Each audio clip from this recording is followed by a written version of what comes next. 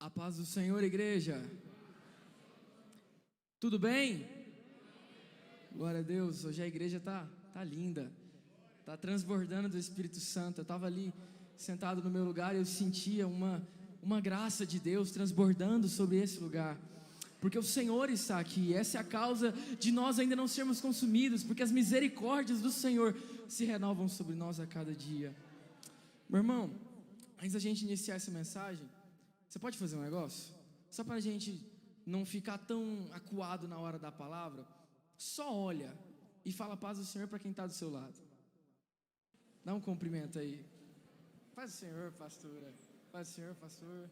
Paz do Senhor, pastor Gilson, homem de Deus. Não pergunta como é que está o trabalho, a escola, agora não, deixa para depois do culto. Só cumprimenta. Agora está todo mundo mais tranquilo, né? Graças a Deus. Agora pega a sua Bíblia. Abra em Êxodo, capítulo de número 12. Êxodo, capítulo de número 12, versículo 12 e 13.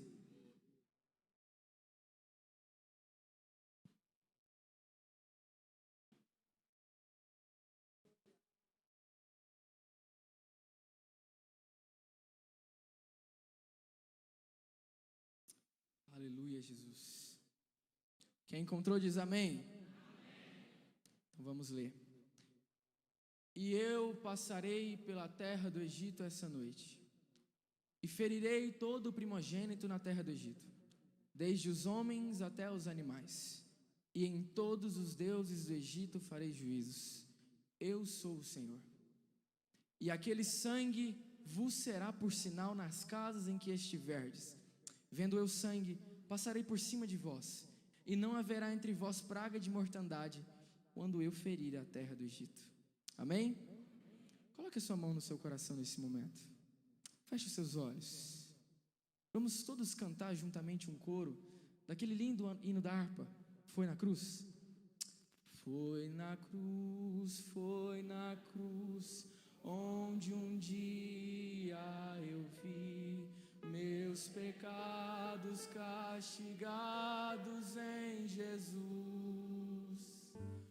Foi ali pela fé que os olhos abri, e agora me alegro em sua luz. Maravilhoso Espírito Santo de Deus. Nesse momento a tua igreja, a tua noiva, clama ao Senhor que derrame mais do Senhor a nós. Ó Espírito Santo de Deus, abra os nossos ouvidos espirituais para que venhamos a ouvir a Tua palavra e saber aquilo que o Senhor quer de nós, Pai, em nome de Jesus. Espírito Santo, que essa graça tão poderosa do Senhor que tem superabundado essa igreja, venha continuar tocando os nossos corações, redemando que manaias. Espírito Santo de Deus, nós te pedimos, venha sobre nós e enche o nosso coração com o teu amor, com a tua graça, com a tua alegria, com o teu poder. Erebanaias, suricanta, rabanaias. Oh Espírito Santo de Deus, que a partir desse momento a presença do Senhor, aonde houver cada um sentado em seu banquinho, ela venha se intensificar em seu coração. Pai, que a partir de agora a vontade de glorificar seja incessante, a vontade de dizer que o Senhor é santo seja incessante, a vontade de dizer aleluia, de dizer glória a Deus seja incessante. Espírito Santo, entronize entre nós a tua santidade poderosa, o teu poder que tira o pecado das nossas entranhas, em nome de Jesus. Podeis nos assentar, igreja.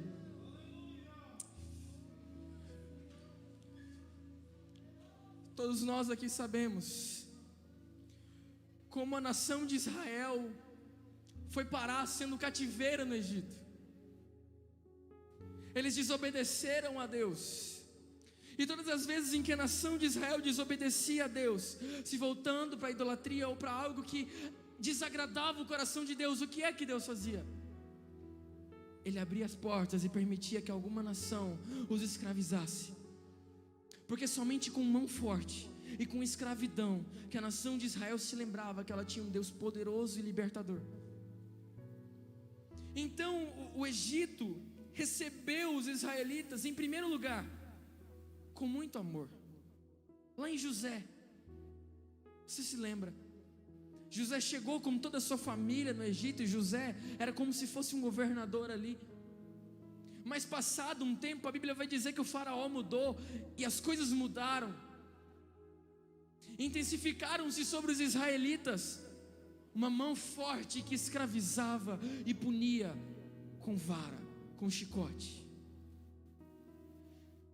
E a Bíblia vai dizer que passando um tempo, aquele povo, o povo de Israel, se lembrou que eles tinham ainda um Deus que era libertador, o Deus que eles conheciam como o Deus de Isaac, o Deus de Abraão e o Deus de Jacó. Conheciam por ouvir falar e conheciam por nome, mas por experiência não tinham nada.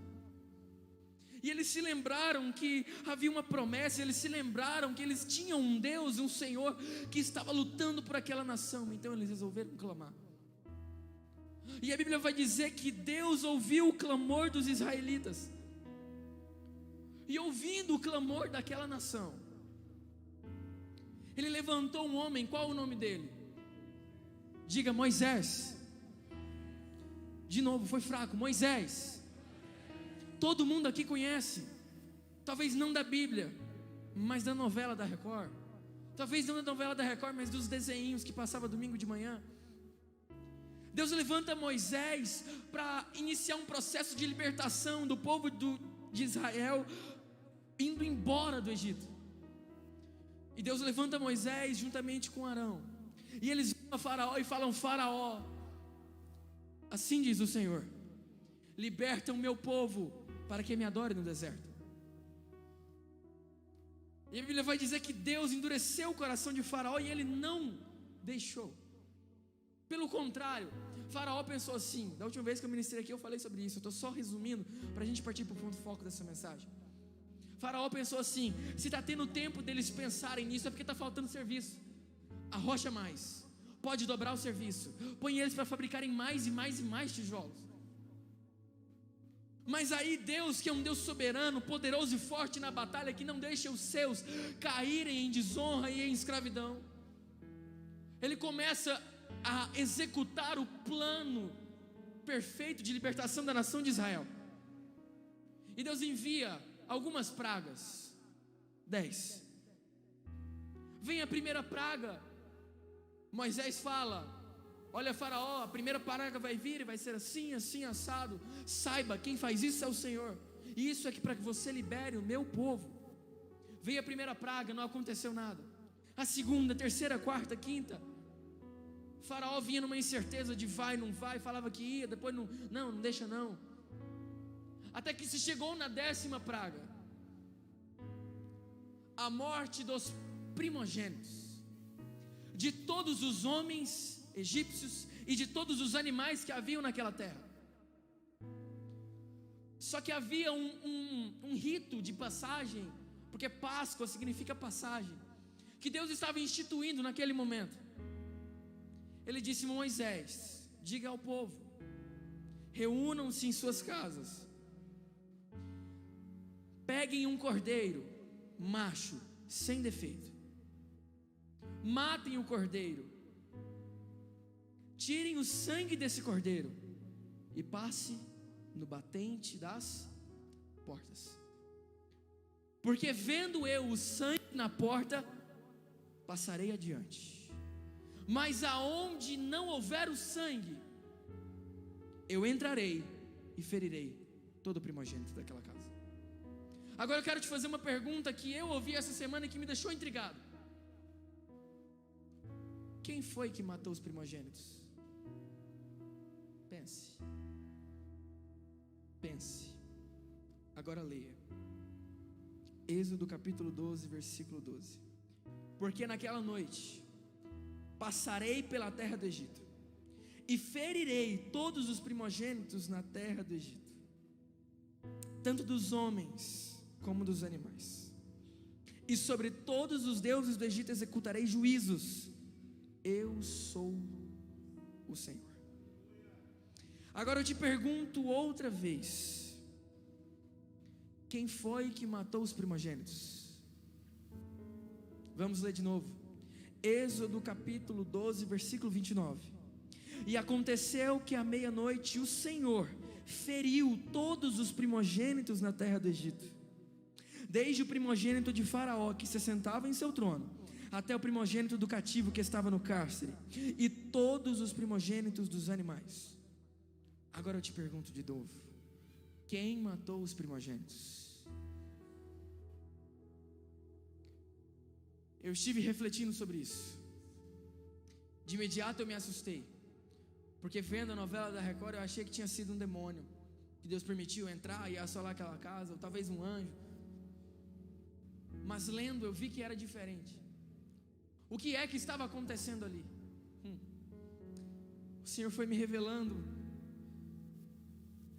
e eu achei na Bíblia um versículo que mais cedo eu li. Eu só não anotei a referência para te dizer, mas depois você pode pesquisar.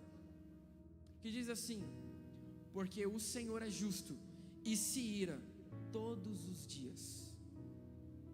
Porque o Senhor é justo, que Ele se ira todos os dias, ao ver a injustiça, a impiedade. Portanto, a ira de Deus, ela é cumulativa. Todo mundo aqui já ouviu falar da Mega Sena. Espero que ninguém tenha jogado, porque todo mundo aqui é crente. Aposta é pecado, vigia. Aí chega lá, final do ano, acumulou não sei quantos milhões. A ira de Deus também é acumulativa. A cada dia que passa, a ira de Deus se acumula.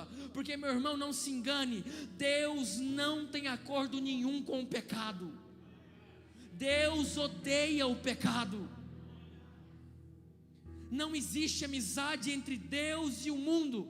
Não existe amizade entre Deus e a impiedade. No céu não entra pecado. Tem um hino da harpa que diz isso: no céu não entra pecado, fadiga, tristeza e nem dor.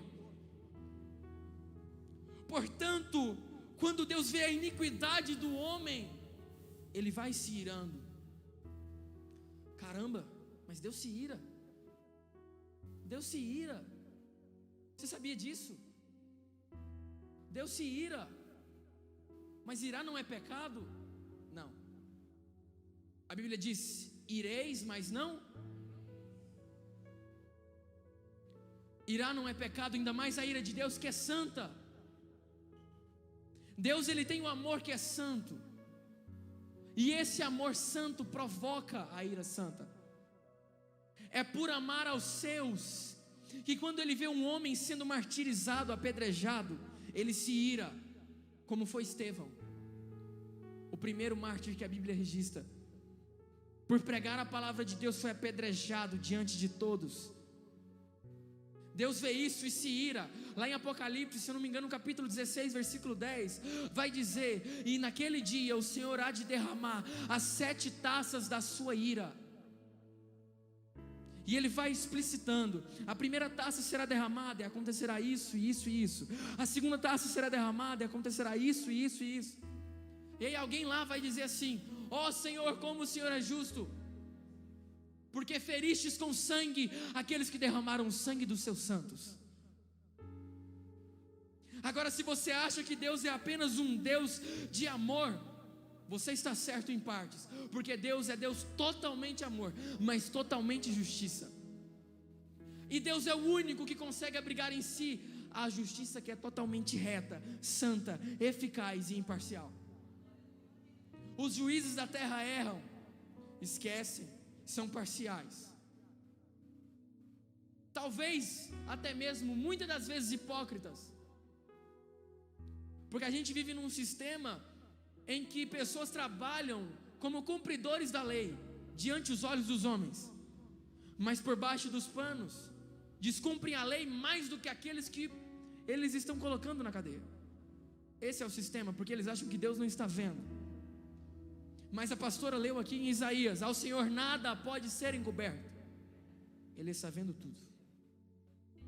Portanto, aquele dia em que o Senhor estava passando na nação do Egito e ferindo aos primogênitos, Ele estava derramando a sua ira. Só que aonde eu passar e eu ver o sangue na porta, não ferirei, passarei adiante. Mas por que é que isso acontece? Por que é que Deus estava fazendo aquilo? Em primeiro lugar, porque Ele tem um compromisso com o seu povo. Em segundo lugar, porque você matar um cordeiro e passar o sangue na batente das portas, você estava deixando claro para todos que você conhecia aquele Deus. E hoje você está aí querendo ser crente agente secreto, querendo esconder de todo mundo que é crente para não ser julgado, para não ser levado, às vezes na faculdade, às vezes na escola. Deus não gosta disso. Pelo contrário, enquanto João Batista batizava lá no Rio Jordão, chegaram-se a ele os fariseus e os hipócritas. E o que João Batista diz? Raça de víboras, quem vos ensinou a fugir da ira vindoura? E depois, e mostrai frutos dignos de arrependimento. Quer batizar? Mostra então que está arrependido. Quer ser crente? Deixe claro a todos que você é crente. Agora você quer viver uma vida, não sei, eu vou, não vou, vai mais ou menos, vai aqui, um dia eu vou na igreja, outro dia eu não vou na igreja, ou você vai ou você não vai. A Bíblia diz, seja então sim o sim e não o não. Ou você serve ao Senhor em integridade, ou você não está servindo Ele.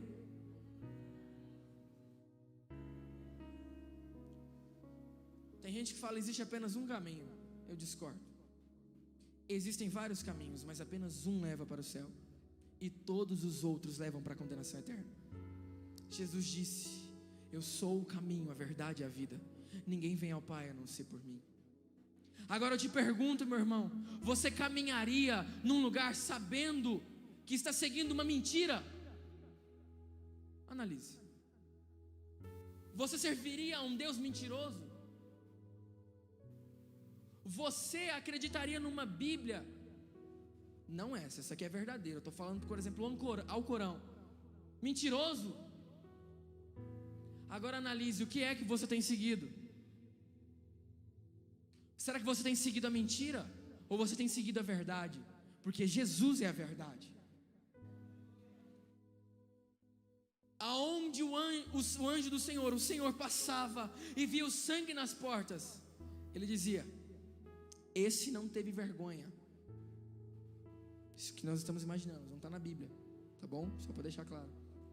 Não teve vergonha de se posicionar como crente. Ele tomou o cordeiro, ele fez tudo certinho. Portanto, passarei adiante. Agora, e na casa daqueles que não passaram o sangue do cordeiro na batente das portas, o que aconteceu? Morreu os primogênitos, desde o mais rico ao mais pobre, o faraó, a serva, aquele que tinha 30 mil cabeças de gado, aquele que tinha um bezerrinho, morreu, porque Deus é justo, e por ser justo, Ele se ira. A gente fala muito do amor de Deus e muito pouco da ira, talvez por medo.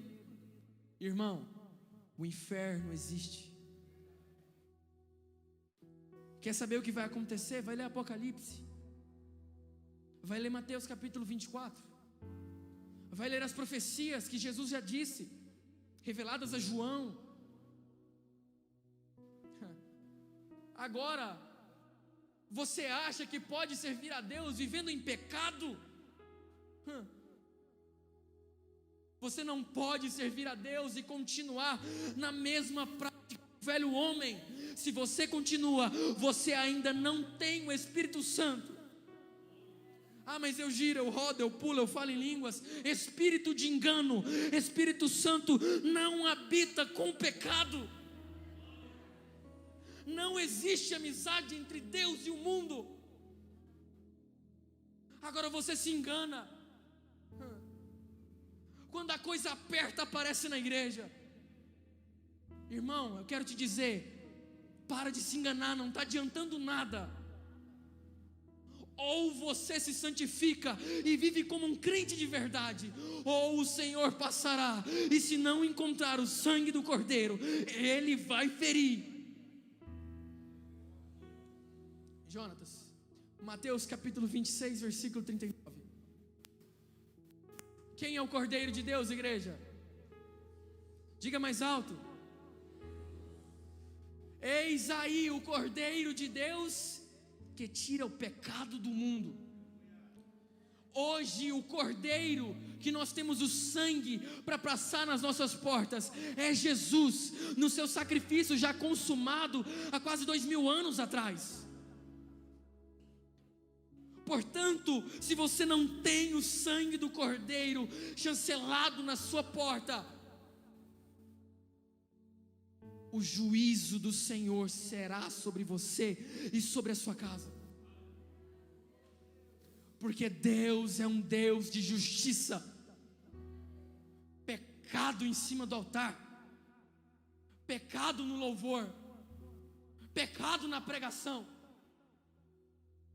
Deus está vendo tudo, e a Deus ninguém engana. Ou você conserta, ou a ira de Deus será derramada. Porque no último dia muitos dirão: Senhor, Senhor, eu expulsei demônios em teu nome. Mas Jesus diz: afasta-te de mim, eu não te conheço. Você conhece a Jesus porque a gente fala dele toda vez, mas será que Jesus te conhece? Será que quando Jesus te vê, ele vê um filho, ou ele vê uma criatura? O pecado não agrada a Deus. Nós estamos vivendo numa geração que parece que o pecado já é aceitável. Mas todo mundo peca. Todos nós estamos sujeitos a pecar, mas a Bíblia diz: vivei em santidade, porque sem santidade ninguém verá o Senhor. Vocês não sabem o temor que eu venho carregando para pregar essa palavra, e o peso que eu estou suportando nas minhas costas por dizer isso, porque isso é duro, ainda mais para um rapaz novo como eu.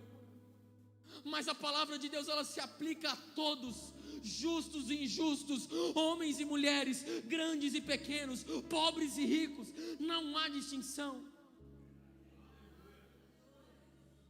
Jesus está voltando. No céu não entra pecado. Você pode esconder o seu pecado de todo mundo, mas de Deus você não esconde. 1 João, se eu não me engano, capítulo de número 2: filhinhos, eu escrevo-vos essas coisas para que não pequeis. Mas se pecardes, vós tendes um justo advogado, Jesus Cristo, a propiciação dos nossos pecados. Hoje Ele é o seu advogado, ainda há tempo de consertar, mas amanhã Ele não será mais seu advogado. Pelo contrário, Deus será o seu juiz. O diabo acusa você do pecado, mas o único que pode te convencer que você está errado, do juiz e da justiça, tem nome: Espírito Santo. E esse Espírito Santo está aqui nessa noite, porque na sua palavra está escrito: porque aonde houver 2 ou 3 ou mais reunidos em meu nome, ali eu também estarei. E indo um pouco mais para adiante, prostrou-se sobre o seu rosto, orando e dizendo: meu Pai, se é possível, passe de mim este cálice, todavia não seja como eu quero, mas como tu queres.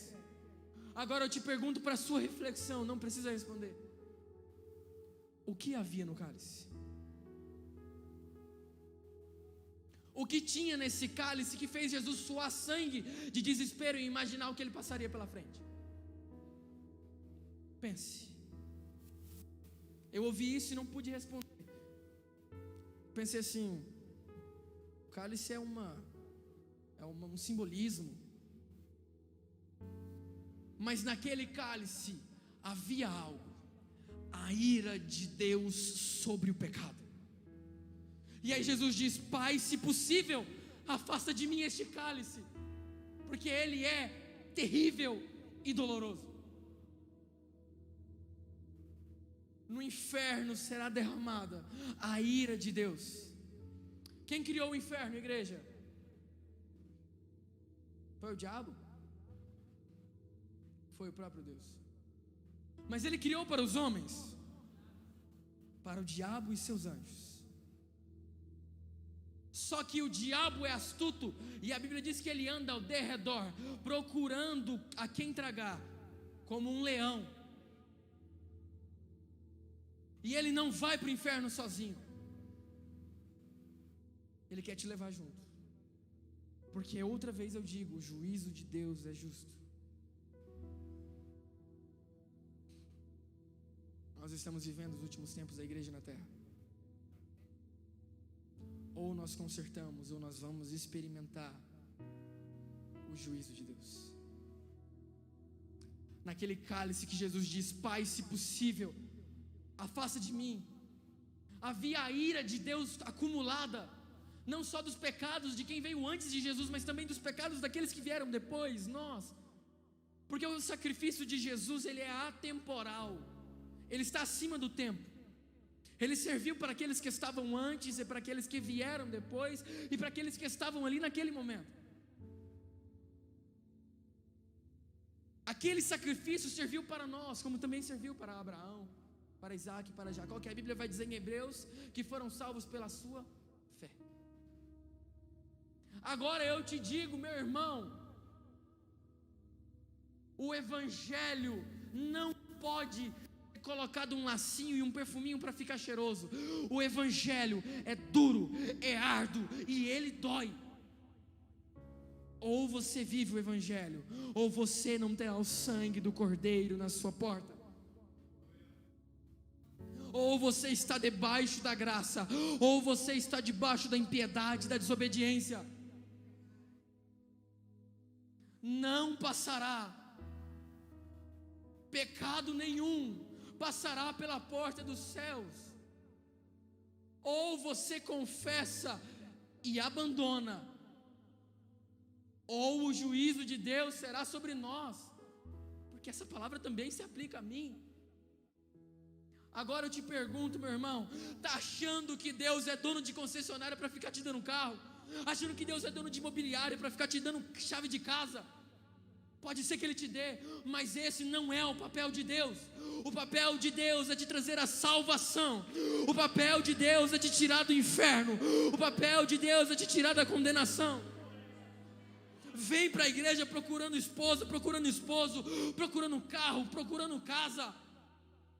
Conserta as prioridades do seu coração, mas buscai em primeiro lugar o reino de Deus e a sua justiça, e as demais coisas vos serão acrescentadas. Apresente os seus sonhos ao Senhor. Mas se você acha que Deus é concessionário ou imobiliária, irmão, você ainda não é crente. Qual será o valor de uma alma? Qual será o valor de uma alma para que Deus tenha enviado a Jesus para derramar o seu próprio sangue em favor de nós, aquele que não merece, aquele que não pode, aquele que não tem, sendo salvo por aquele que pode, aquele que tem, aquele que reina, aquele que é justo, aquele que é santo. Ou você vive o Evangelho, ou você não vive o Evangelho. Não existe crente Raimundo. Crente Raimundo não é crente. O que é crente Raimundo? Crente fica com um pé na igreja e um pé no mundo. Ou você muda, ou o juízo de Deus será sobre você. João, quem é você para falar sobre o juízo de Deus? Eu não sou ninguém, mas o Senhor me deu essa palavra, porque na palavra dele está escrito que ele é justo e que Ele é santo. Santificai-vos, porque sem santidade ninguém verá o Senhor. Fique de pé, igreja.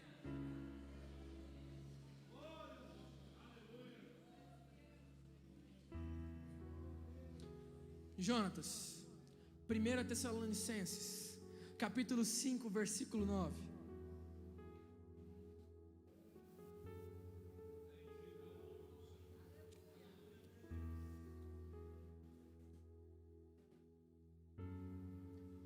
porque Deus não nos destinou para a ira.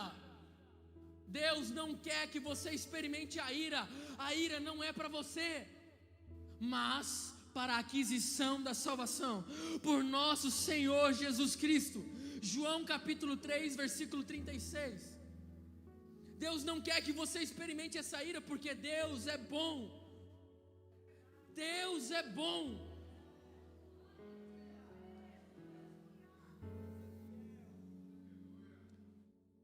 Está tudo aqui dentro, igreja.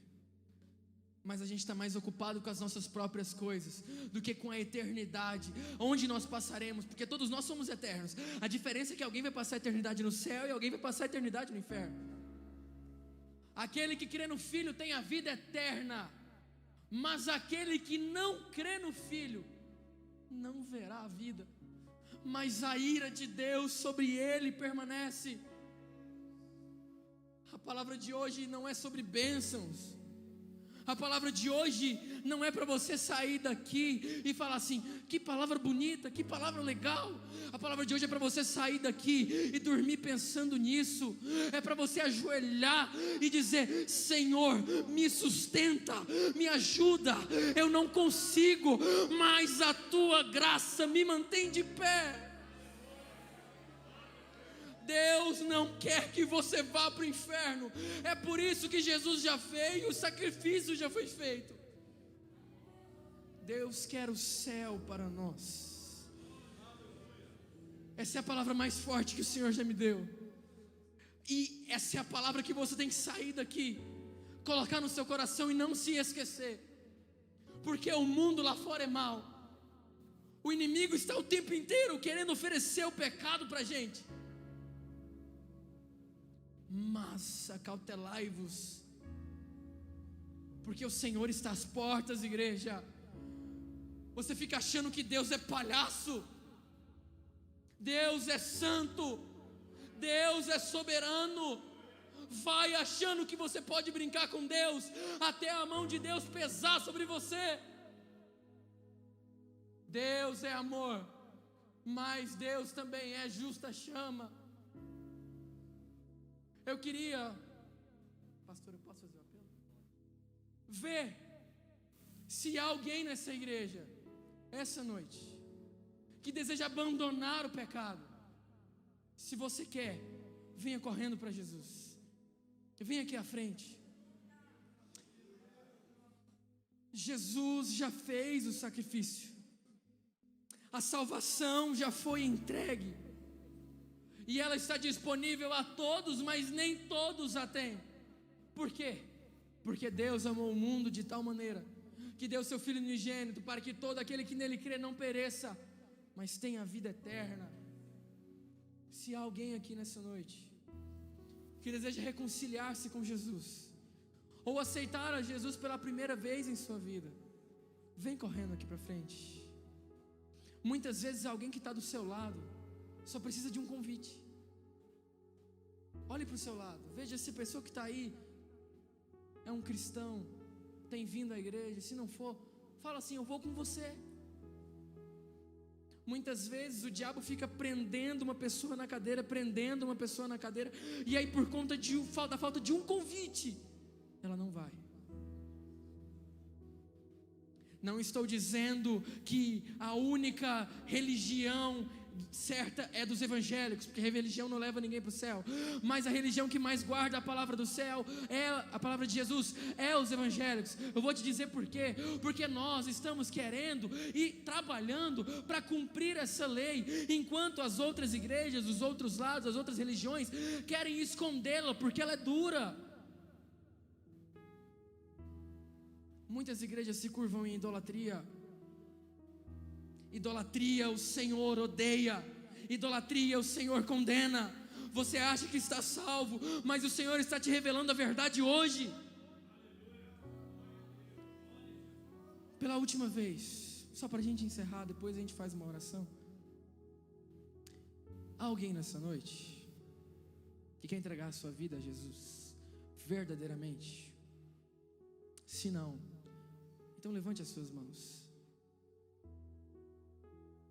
Essa graça poderosa de Deus, ela está sobre nós. poder de Deus, Ele está para ser derramado de maneira transbordante sobre nós. Nós estamos prestes a viver o maior avivamento que a América Latina já viu. As profecias todas dizem, desde muitos anos para cá, de que haverá um avivamento que surgirá do Brasil e se encaminhará para as outras nações. O que é avivamento? Avivamento é aglomeração de arrependimento, arrependimento em massa, são pessoas se convertendo, e esse Senhor que enviará esse avivamento, Ele está aqui nesse momento. Espírito Santo de Deus,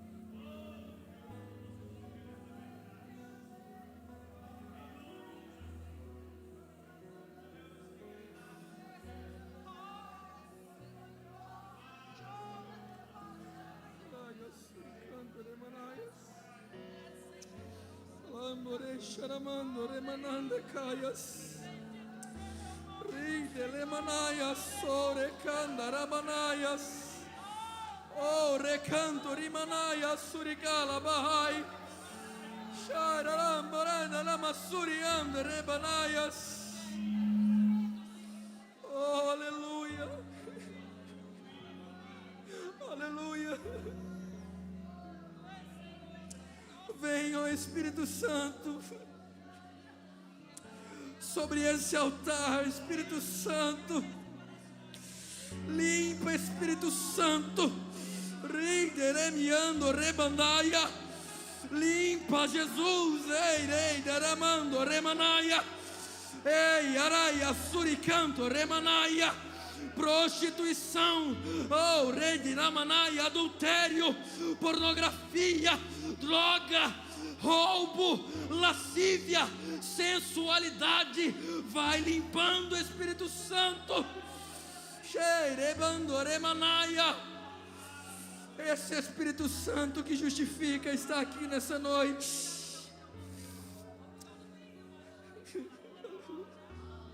Aleluia, aleluia. Oh Jesus, oh Jesus, obrigado, ó Cordeiro de Deus, pelo teu sangue que nos justifica, nos purifica e nos limpa de todo pecado. Obrigado, Jesus, porque o Senhor virá para buscar uma igreja santa, lavada e remida com teu sangue.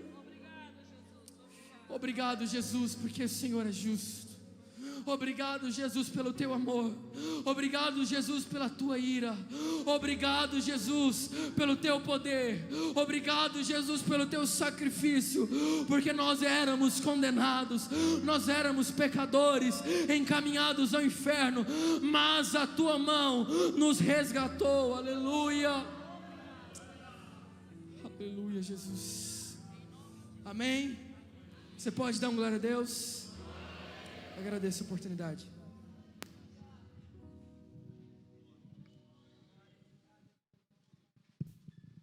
Meus irmãos, podeis tomar os vossos assentos.